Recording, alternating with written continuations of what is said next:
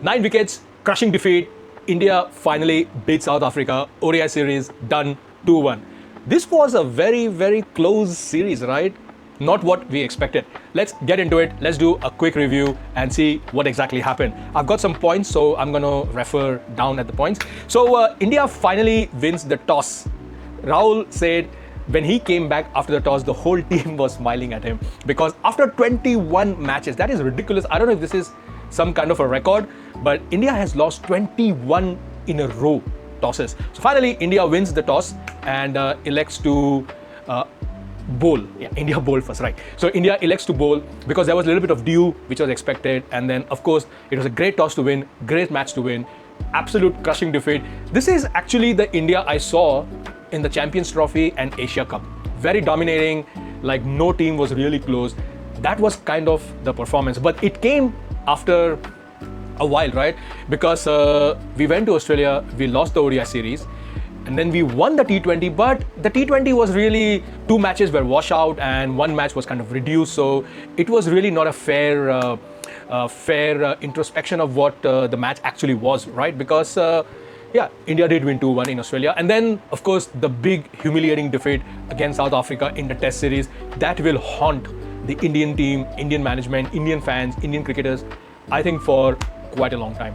So this was a nice little, you can say, balm on the pain that India went through the Test series. Though South Africa really played well, and I think this is the resurgence of South African cricket. The way they have fought, the way they won the WTC championship, and then after that, just the way they even drew in Pakistan. Pakistan could not beat them. And then, of course, they beat India whitewash, and then a great fight in the ODI series. But yesterday was a very dominating win. So good on you, India. Let's do a quick review.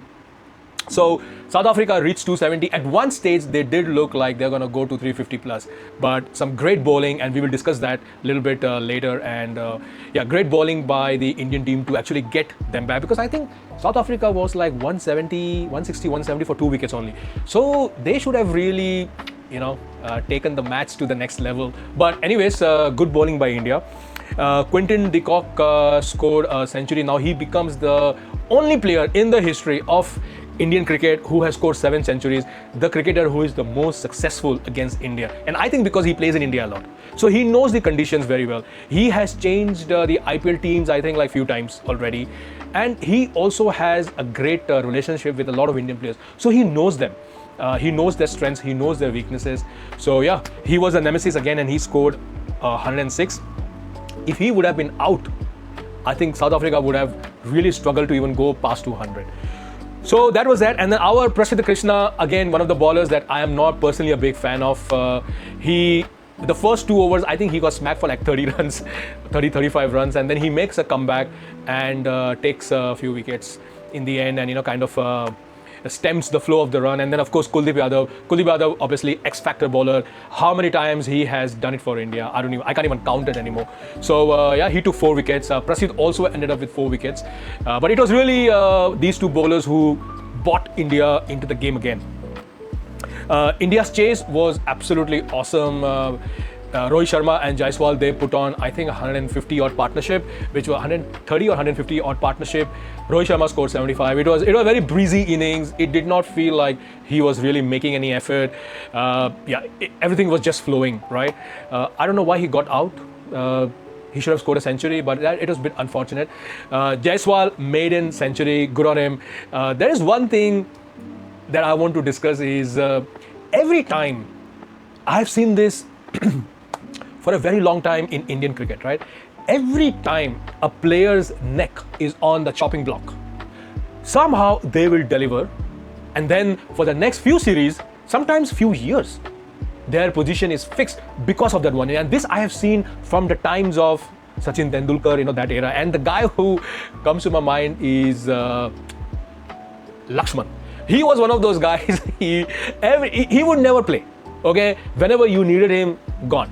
But when his position in the team is at stake, he will come and score a century, and then the next 2 years, nobody even looks at him. This is the same thing. Prasidh Krishna, absolutely, this was his last match yesterday, 100%. And after those 2 overs, I think he would have gone into that big rabbit hole where nobody can come out of, right? And then what he does, he comes and he takes a few wickets. In the post-match, he had an interview and he said, so I was really worried, and then I was thinking what I can do, and then I said, okay, I'm just going to attack the stumps. So in his second spell, he decided he's going to attack the stumps. So what were you thinking for all these many matches? You're supposed to attack the stump. You're not supposed to attack anything else. When your head is on the chopping block and now it is a do or die, that is the time you have a light bulb moment. Tang! Okay, I have to attack the stumps. Boss, that is your job. Attack the stumps. That's it. The batsman, very simple formula. You miss, I hit. The batsman will miss, you will hit. Just do that. But anyways, now because of his performance yesterday, I am sure for the next 1-2 years, he is fit. He will even go to South Africa. I can tell you he'll go to South Africa for the ODI series. I don't know why Mohammad Siraj is not playing. They have now made Mohammad Siraj just a test match bowler. Why he is not playing? I think Mohammad Siraj would have done exceptionally well in the ODI series. Of course, they are not taking Shami.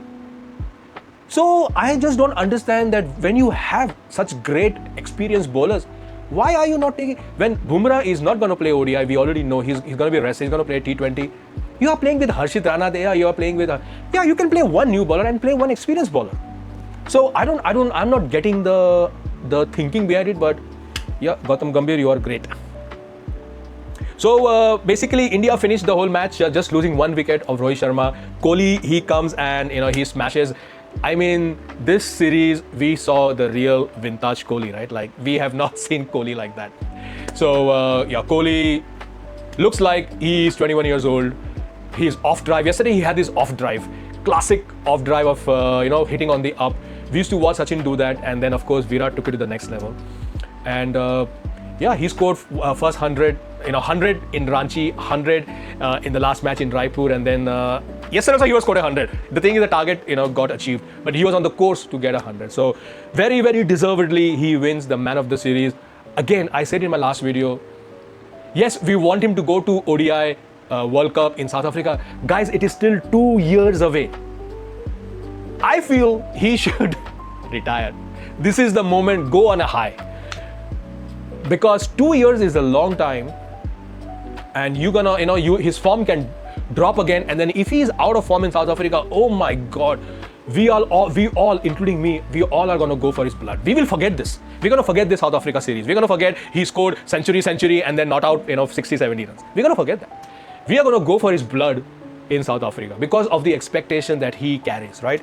So I don't know. It's a very debatable topic. I just feel that yeah, he should maybe retire. Anyways, I think let me just have a look. Yeah, so that was the ODI series done and dusted. I have to say, India still loves ODI series, right? Because all the 3 stadiums were absolutely packed. I could not believe my eyes. I was like, what am I saying? So packed.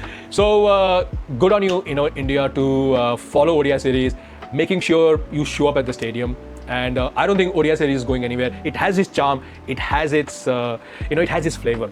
So that's done. India wins ODI series. T20 starting on Tuesday.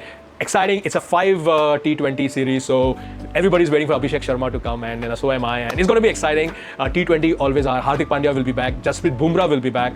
So it will be, and Shubman Gill is going to be back. Of course, Sky is going to be there. So it will be very interesting series. There'll be Varun Grover. There'll be Kuldeep Yadav. So exciting 5 days, 5 T20 series. It will run for 2 weeks almost. So very excited to cover that up. And please guys, if you have reached up to here, I don't think many actually see my video, but if you have reached up to here, thank you so much. Please do comment, like, subscribe, and see you in the next video.